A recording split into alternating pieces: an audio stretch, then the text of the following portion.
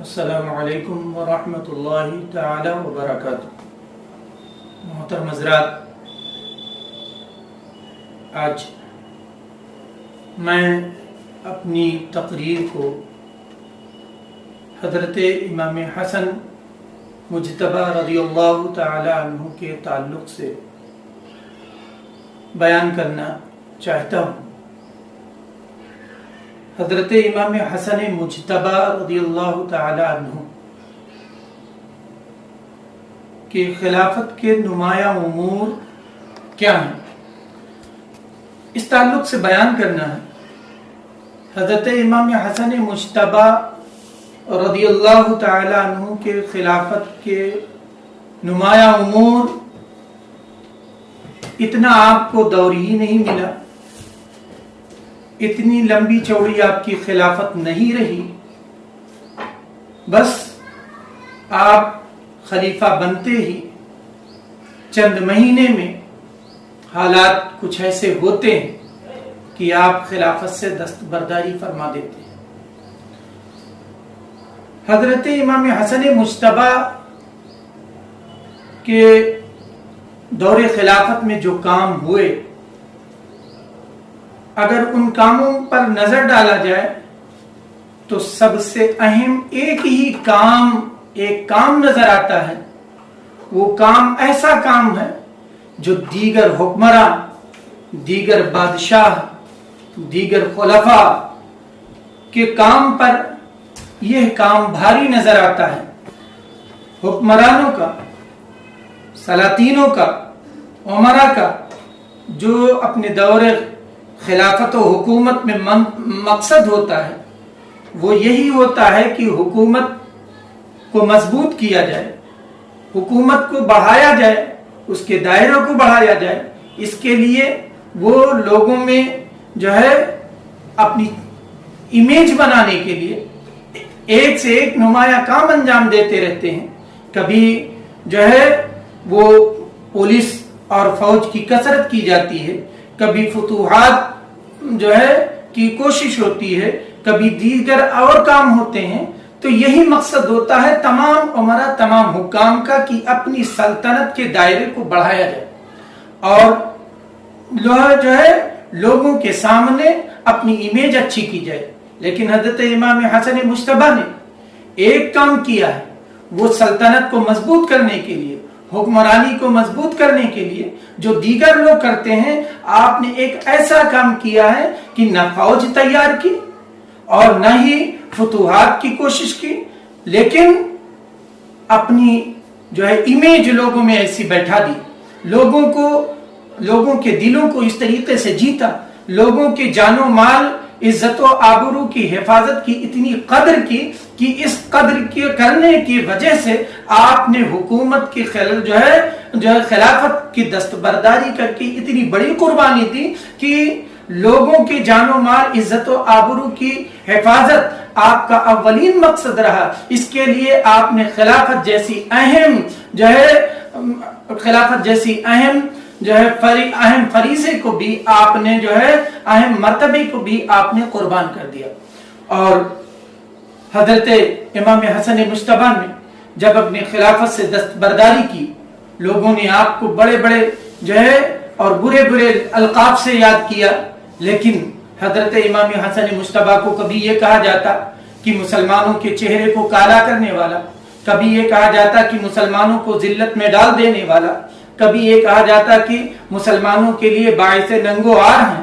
لیکن حضرت امام حسن مجتبی یہی کہتے تھے، میں لوگوں کو ذلت میں نہیں ڈال رہا ہوں، میں لوگوں کو پریشانی میں نہیں ڈال رہا ہوں، بلکہ لوگوں کی خیر خواہی کے لیے، لوگوں کے جان و مال کی جو ہے بقا کے لیے میں اپنی خلافت کو قربان کر رہا ہوں، میں اپنی اس حکومت کو قربان کر رہا ہوں۔ اور یہ ایسا کام ہے کہ تاریخ میں دیکھا جائے تو جو دیگر حکمراں کا مقصد ہوتا ہے کہ اپنی رعایا کو مضبوط کرنا، رعایا کے حقوق کو جو ہے محفوظ رکھنا، تو وہ دیگر طور سے قربانی دیتے ہیں۔ لیکن آپ نے لوگوں کی جان و مال، عزت و آبرو کی رعایت کرتے ہوئے ان کی حفاظت کے لیے اپنی خلافت سے دستبرداری کی، اور یہ وہ کام ہے کہ جس کو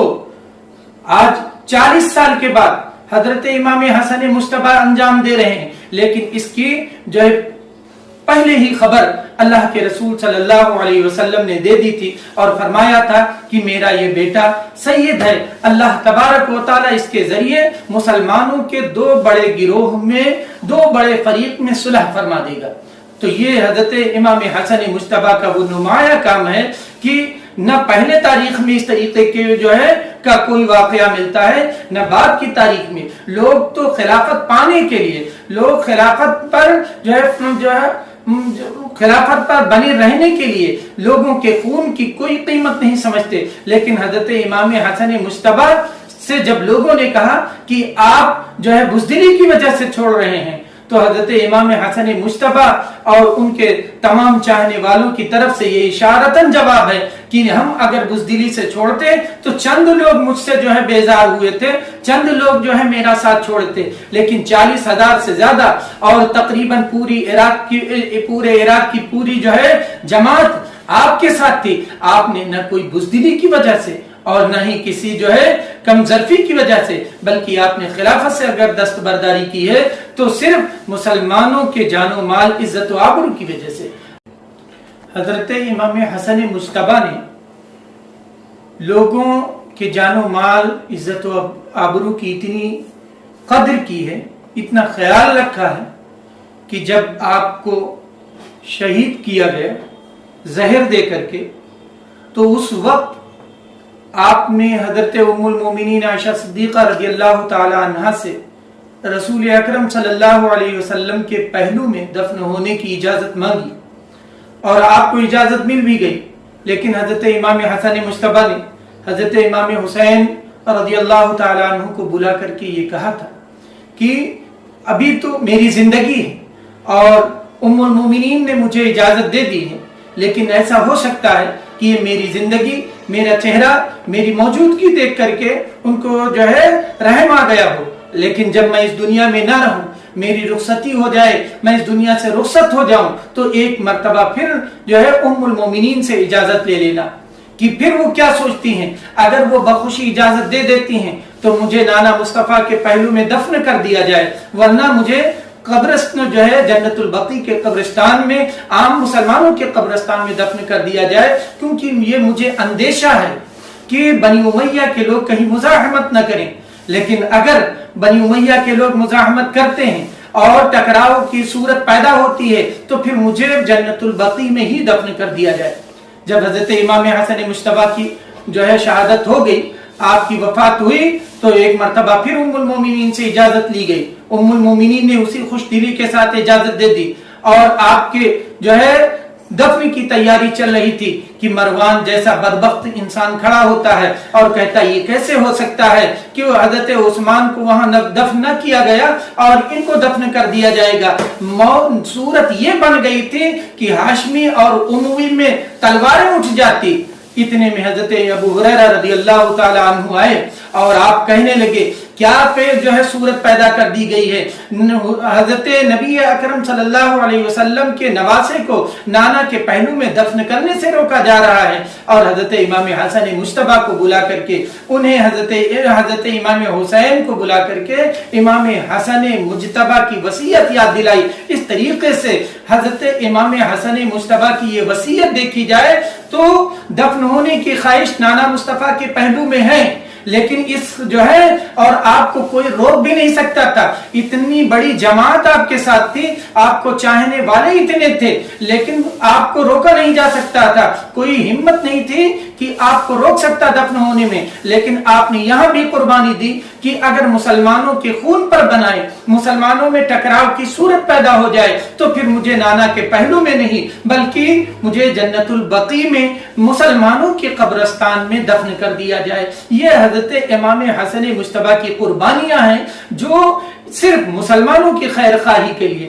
مسلمانوں کے استحکام کے لیے، امت کی جو ہے مضبوطی کے لیے آپ نے قربانیاں دیں۔ حضرت امام حسن مجتبیٰ اس جو ہے اس شخصیت کا نام ہے کہ اگر خیر خواہی کرنے کی بات آتی اور جو ہے لوگوں کو نوازنے کی بات آتی تو آپ چاہے دشمن ہوتا چاہے دوست ہوتا سب کو نوازتے تھے۔ حضرت علی کرم اللہ تعالی وجہ الکریم کے دشمنوں میں سے ایک دشمن جو ہے شخص تھا،